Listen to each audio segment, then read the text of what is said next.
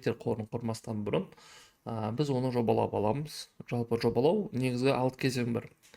Ең бірінші кезең деректер қорының қызметін анықтау, екінші кесте құрылымын анықтау, үшінші өрістер, төртінші кірістік өріс, кестелер арасынан байланыс. Одан кейін бізде сол кестені деректер қорын құру үшін программалық жабдықтаманы таңдау. Ең алдыңғы бірінші кезеңде біз не істейміз? Жалпы бірінші кезеңде бізде деректер қорының қызметін анықтауда біз жасаймыз. Жалпы деректер қоры не үшін қызмет етеді және оларды сол міндеттерді шешу үшін қандай деректер қажет екенін анықтаймыз. Екінші кестелердің құрылымын анықтаймыз. Например, бұл мезетте, например, қанша кесте құрылуы керек. Например, мектеп туралы деректер қорын құратын болсақ, значит, мектептің ішінде оқушылар туралы бөлек кесте болу керек, ата-аналар туралы бөлек кесте, мұғалімдер туралы бөлек кесте яғни жинақталу керек. Яғни осы туралы айтылған бұл жақта.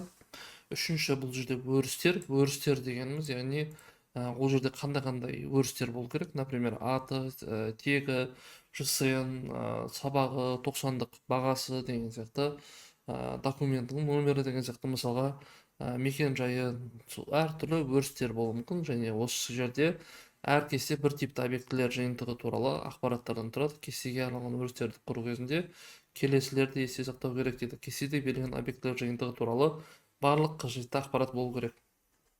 Әрбір өріс басқа объектілердің жиынтықтары туралы емес, олардың нақты сипатына қатысты ақпаратты қамту керек. Ол міндетті түрде.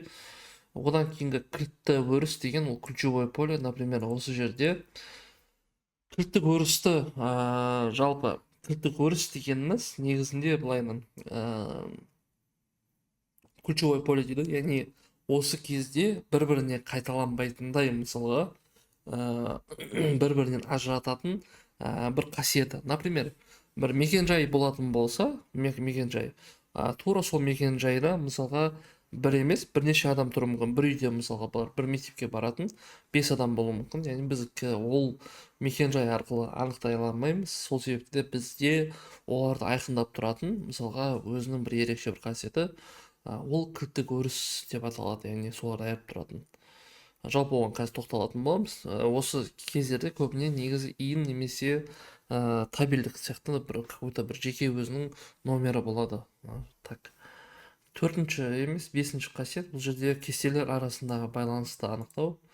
Бұл деректерді кестелер бойынша таратып, кілттік өрістерді анықтағаннан кейін әртүрлі кестелерді байланыстыру үшін схеманы таңдау керек. Ол үшін кестелер арасындағы байланысты анықтаймыз.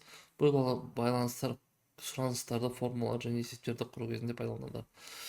Бұл байланыстар жалпы байланыстың негізгі үш түрі бар. Ол inner и left, right join дегендер. Жалпы олар негізінде байланысады. Кілттік өріс арқылы болғандықтан байланысады. И алтыншы кезең бізде бұл программалық жабдықтаманы таңдау. Жалпы көбіне кететін ұбт-да негізінде кесте құрылымы, деректер қызметін анықтау, өрістер, кілттік өріс және кестелер байланысы, осы бесеуі көбірек келеді. Мынау негізі азырақ келеді, но бұл да алтыншы кезең болып саналады. Жалпы кілттік өріс дегеніміз негізінде біз кілттік өріске мына жерден тоқталайық. Кілттік өріс дегеніміз негізі бастапқы кілт немесе сыртқы кілт болып бөлінеді. Бастапқы кілт дегеніміз кестедегі жазбаны бірегей түрде анықтайтын өрістердің ең аз жиынтығы. Бастапқы кілттерді екіге бөліп қарастырсақ болады. Ол логикалық деректер қорындағы төлқұжат номері, аты жөні немесе мекен-жай.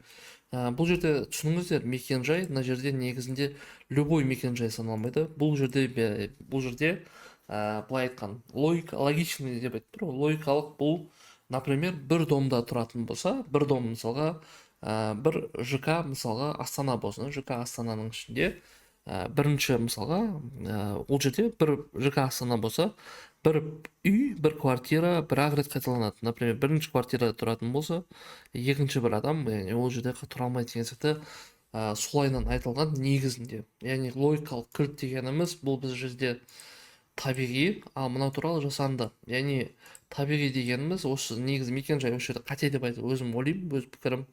Негізінде осы жерде осы логикалықта төлқұжат номері, ЖСН және де телефон номері деген сияқты болу керек деп ойлаймын, себебі ол қайталанбайтын болу керек та, яғни ешкімде болмау керек, и сол кезде ол логично болады. Ал суррогатты кілт дегеніміз бұл жасанды кілт.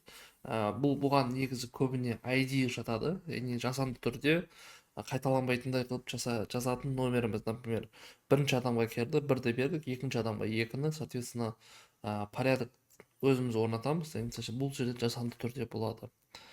Жалпы бастапқы кілттердің пайдаланудың мынандай артықшылығы бар. Бұл бізде ең алдымен жазбалардың бірегейлігі.